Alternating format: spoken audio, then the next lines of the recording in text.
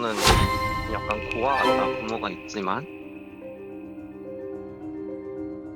고아? 먹고 싶은 거 하고 싶은 거를 하는 것 자체가 눈치 보였고 제가 물에 빠져 죽을 뻔했거든요. 물살이 너무 세 보여서 엄마가 도망간 거예요. 왜 버리고 갔어? 그러니까 장난식으로 내가 죽게 생겼는데 자식은 또 나면 되지.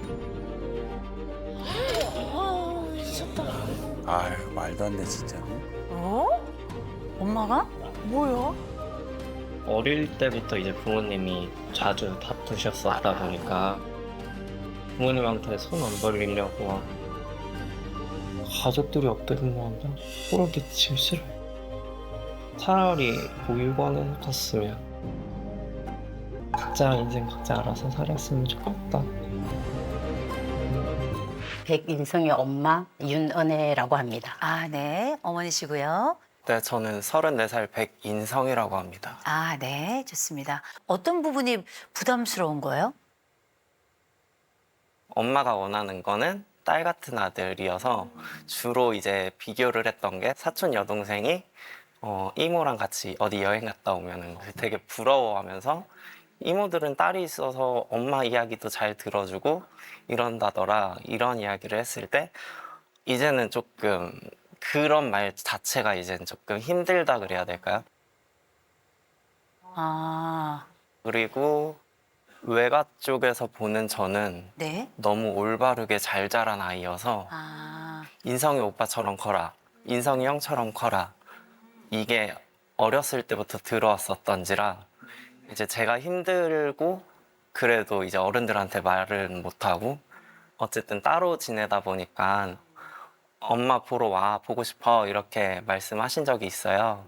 근데 제가 가도 편하지가 않고 잘 안 가거든요. 근데 이제 그때 엄마가 하신 말씀이 엄마 살아있을 때 잘해 이런 말이 그냥 이 관계 자체가 조금은 이젠 다 부담이 되고 어떻게 하는 게 서로가 상처 안 될지도 궁금하고.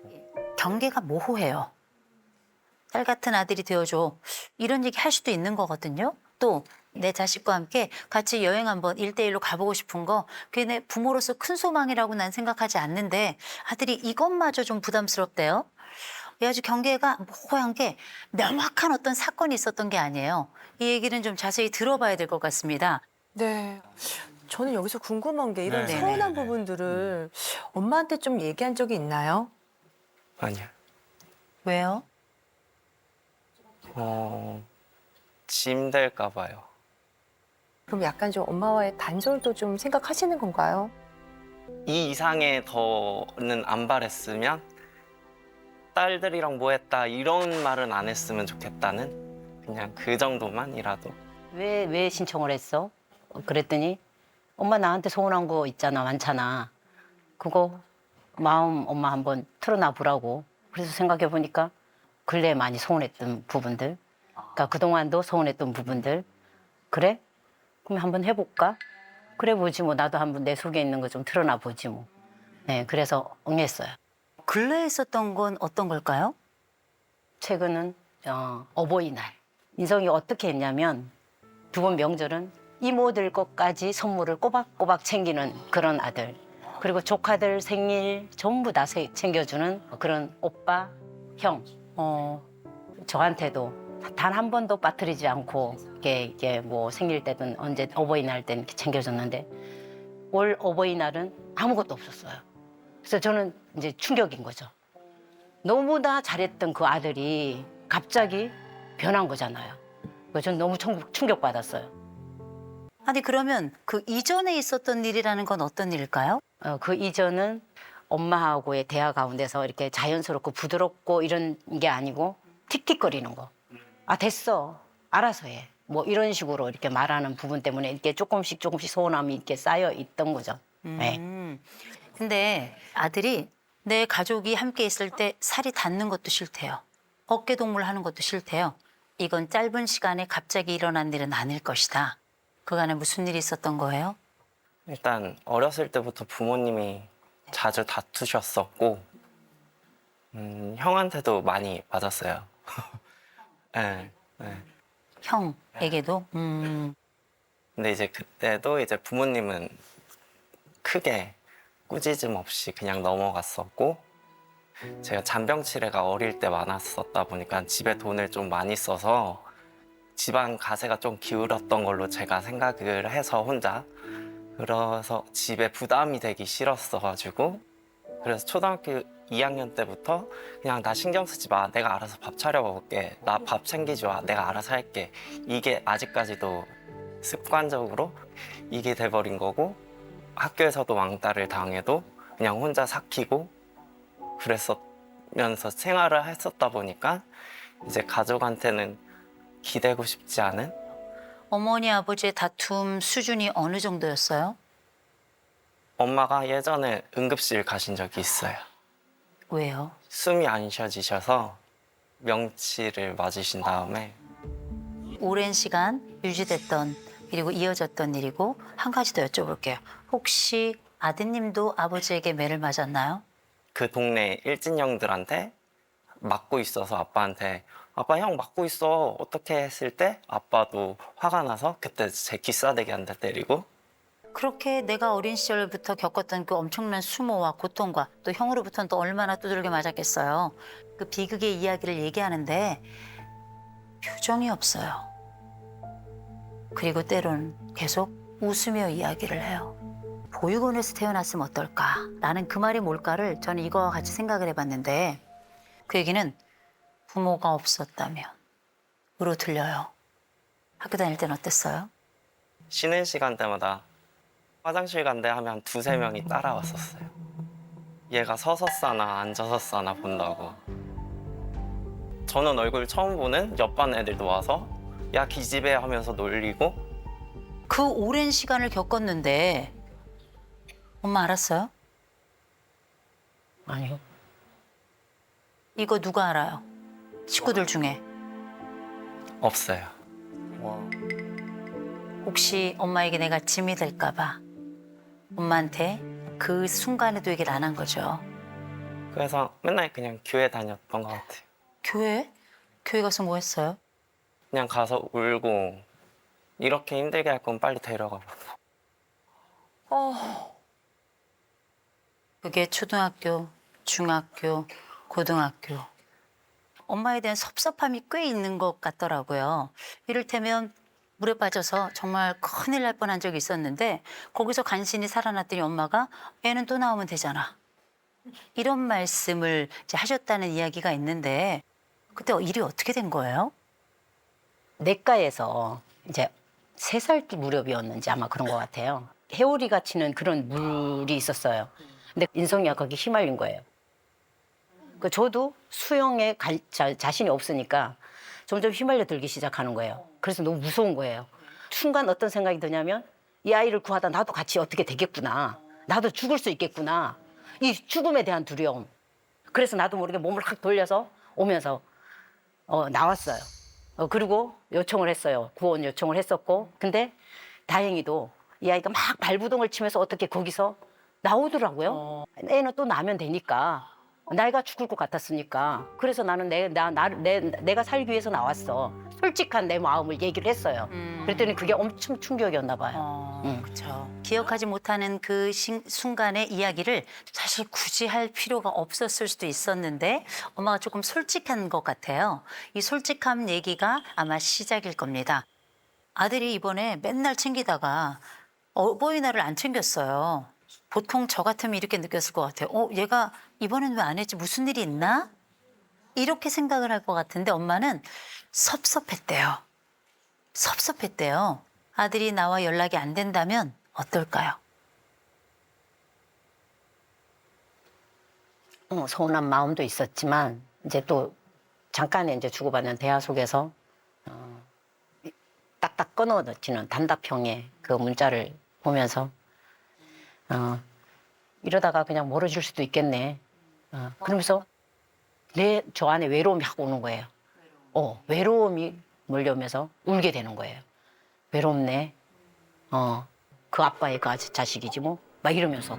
아들이 깜짝 놀랐어요. 눈을 계속 개슴츠레 뜨고 있던 아들이 눈이 번쩍 뜨이고 깜짝 놀랐어요.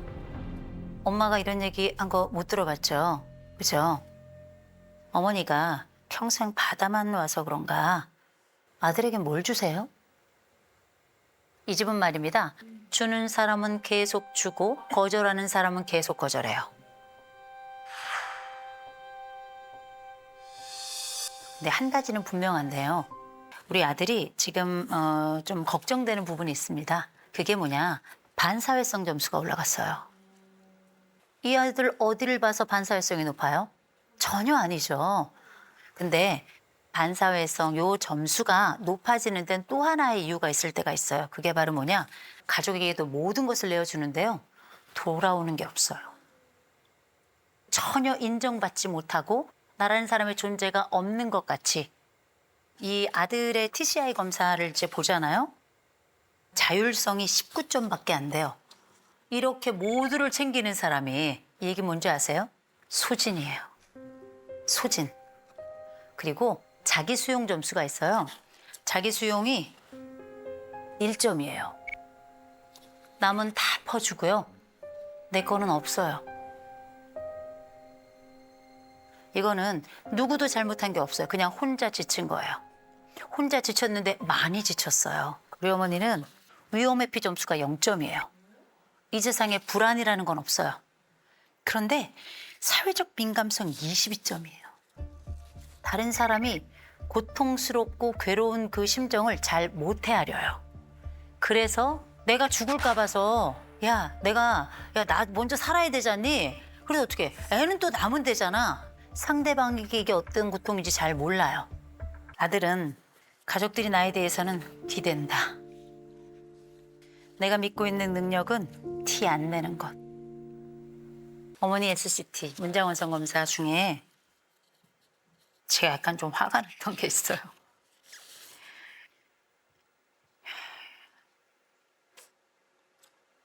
다 좋대요, 어머니는. 다 좋아요. 다 좋거든요. 다 좋아서 아들이 더 불쌍해요. 지금 제일 버거운 건 뭐예요? 저 그냥 좀 편해지고 싶어요. 그냥 어디론가 사라지고 싶은. 아들 얘기 들으면서 어떠셨어요? 짐을 떠넘긴 것 같은. 저는 이게 남편의 부재가 많았었고 남편이 경제적으로도 책임져 주지 않았었고 그런 부분들을 혼자서 다 감당을 해야 됐기 때문에 제가 숨쉬기도 버거워갖고 그렇게 살던 내 모습을 아이들은 어릴 때부터 계속 지켜본 거죠. 그래서 제가 기억하는 우리 아이들의 사춘기는 없어요.